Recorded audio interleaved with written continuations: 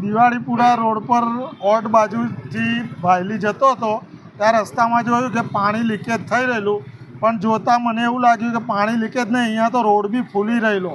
મને એવું લાગ્યું નીચેથી ભૂકંપ આવ્યો કે લાવા જળ બહાર નીકળી રહ્યો એવું લાગ્યું, પણ જોયું તો પાણી લીકેજ થઈ રહેલું.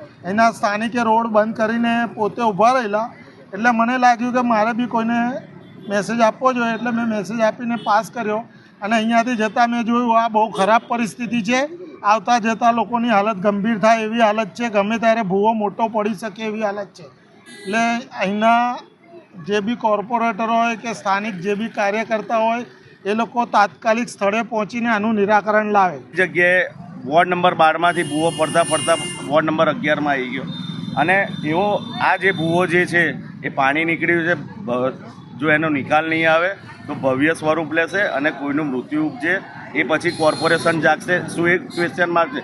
કારણ કે અગાઉના સમયમાં બી દિવસે રોડ બનાવે છે, એક વરસાદ પડે છે આખો રોડ ખરાબ થઈ જાય છે. એટલે કહેવાનો બાબત છે જે જનતાએ જાગવાની જરૂર છે, જો નહીં જાગે તો આપણે રોડમાં અથડાઈને મરી જઈશું.